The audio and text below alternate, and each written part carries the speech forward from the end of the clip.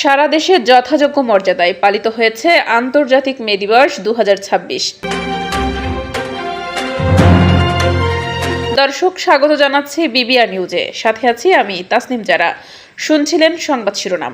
রাজধানীর বাংলা মোটর থেকে ফয়সাল হোসেনের তথ্যচিত্রে বিস্তারিত দেখুন। আন্তর্জাতিক মে দিবস 2026 উপলক্ষে রাজধানীর বাংলা মোটর মোড়ে র্যালি শেষে সমাবেশে বক্তব্য রাখছেন বাংলাদেশ কংগ্রেসের সাধারণ সম্পাদক অ্যাডভোকেট ইয়ারুল ইসলাম। রাজধানীর বাংলা মোটর মোড়ে ফয়সাল হোসেনের ভিডিও চিত্রে এখন সরাসরি চলে যাচ্ছি বাংলা মোটর মোড়ে। প্রতি বছর 1 মে এই শ্রমিক দিবস উদযাপন করা হয় বিশ্বব্যাপী, এবং বাংলাদেশে সহ অনেক দেশে এই শ্রমিক দিবসে ছুটি থাকে। কিন্তু আমাদের দেশে আজকে শুনলাম আমাদের অনেক শ্রমিক নেতৃবৃন্দের কাছে যে আজকে তাদের ছুটি দেওয়া হয়নি। এটা অত্যন্ত দুঃখজনক। এই 1 মে শ্রমিকদের জন্য এই দিনটি, এই 1 মে সম্পর্কে অনেক শ্রমিকই অবগত না যে তাদের এই অধিকার প্রতিষ্ঠার জন্য রক্ত ঝরেছিল, এবং তাদের অধিকার প্রতিষ্ঠার জন্য দেশে বিদেশে তাদের এই পক্ষে মর্যাদার লড়াই করা হয়, অধিকারের লড়াই করা হয়।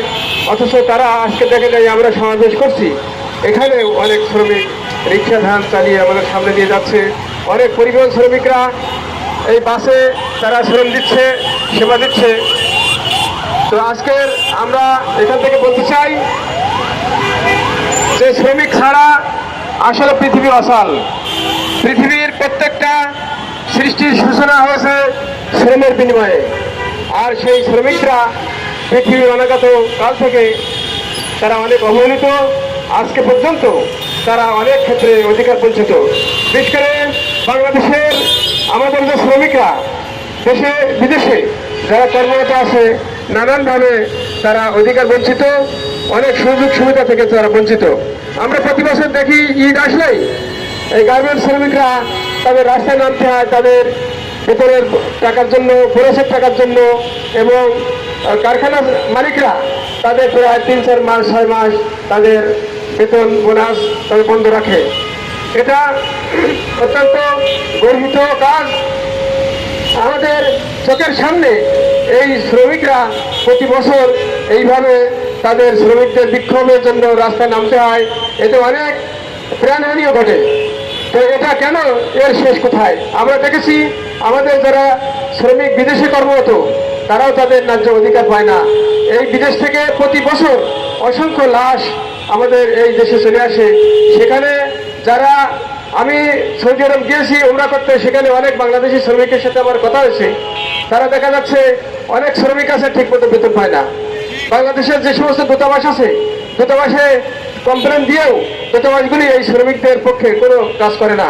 আমরা প্রস্তাব দিয়েছি যে প্রত্যেক দূতাবাসের সাথে একটা আইন সহায়তা সেল থাকতে হবে, যাতে শ্রমিক সহ প্রবাসী যারা আছে, নানান ধরনের যাদের জটিলতা, আইনগত জটিলতা আছে, যারা অধিকার বঞ্চিত, তাদের পক্ষে লড়াই করার জন্য যেন দূতাবাসগুলিতে একটা আইন সহায়তা সেল থাকে।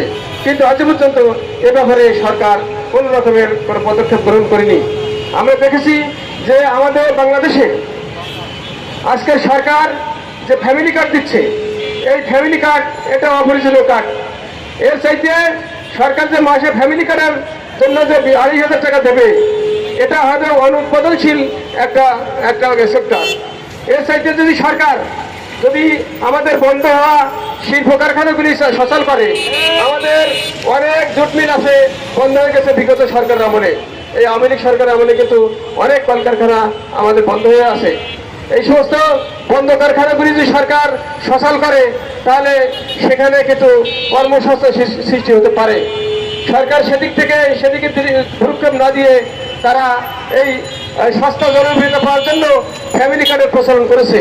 এই ফ্যামিলি কার্ডের টাকাটা কোথা থেকে আসবে এটার কোনো নিশ্চয়তা নেই। আজকের আমাদের শ্রমিকরা যাতে স্বয়ংসম্পূর্ণ হতে পারে, কর্মসংস্থান, কর্মক্ষেত্রে যারা নিরাপদ কর্ম পরিবেশ পায়, এই সব ক্ষেত্রে আমাদের নজর দেওয়া দরকার। এই ফ্যামিলি কার্ড কিন্তু মাসে 2,500 টাকা কেউ চায় না, চায় স্বাবলম্বী হতে, দেশের মানুষ যাতে স্বাবলম্বী হতে পারে, বিদেশে যারা কর্ম করতে যায় তারা সুষ্ঠুভাবে যাতে বিদেশে যেতে পারে। আমরা দেখি এই গ্রামে গঞ্জে অনেক ভুয়া, তাদের কাছ থেকে টাকা নিচ্ছে দালালেরা, লক্ষ লক্ষ টাকা নিয়ে তারা ভুয়া পাসপোর্ট ভিসা করে বিদেশে বিদেশে পাঠাচ্ছে। আবার তাই সেই শ্রমিকরা দালালের খপ্পরে পড়ে নির্যাতিত হয়ে সেখান থেকে অতিরিক্ত লক্ষ লক্ষ টাকা তাদের কাছ থেকে আদায় করা হচ্ছে জিম্মি করে। এই সমস্ত দিকে সরকারের কোনো ভ্রুক্ষেপ নেই। আমরা মনে করি সরকারের যদি শ্রমিক বান্ধব হতে হয় তাহলে দেশে বিদেশে এই যে শ্রমিকদের নানান ধরনের জটিলতা, নানান ধরনের যন্ত্রণা, নানান ধরনের হ্যারাসমেন্ট, এদিকে সরকারকে এগিয়ে আসতে হবে। আজকের যে সমস্ত মন্ত্রণালয়গুলি এই শ্রমিকদের স্বার্থ রক্ষার জন্য শ্রমিক সংশ্লিষ্ট যে সমস্ত মন্ত্রণালয়গুলি আছে সেই সমস্ত মন্ত্রণালয় পক্ষ থেকে এই ধরনের কোনো আশ্বাস, এই ধরনের কোনো উদ্যোগ আমরা লক্ষ্য করছি না যে বিদেশের শ্রমিকরা, দেশের শ্রমিকরা যাতে নিরাপদ কর্ম পরিবেশ পাবে, তাদের টাকাটা, কষ্টার্জিত টাকাটা যাতে ঠিকমতো তাদের পরিবারের কাছে দিতে পারে, এই ব্যবস্থাটুকু কিন্তু সরকার করে না। আমাদের অনেক শ্রমিক খালি হাতে বিদেশ থেকে এই দেশে ফিরে আসে নিঃস্ব হয়ে। এসব ব্যাপারে আমরা দেখেছি বিদেশে অনেক কোম্পানি আছে শ্রমিকদের, বাংলাদেশের শ্রমিকদের খাটায়, কিন্তু তার বেতন না দেওয়া, অনেক সময় দেখা যাচ্ছে 1-1.5 বছর কাজ করিয়ে তাদের ছাঁটাই করা হয় বেতন না দিয়ে। এই সমস্ত বিদেশে প্রত্যেকটা প্রায় দেশে আমাদের এই ধরনের শ্রমিকরা বঞ্চিত হচ্ছে, শ্রমিক শোষণ হচ্ছে।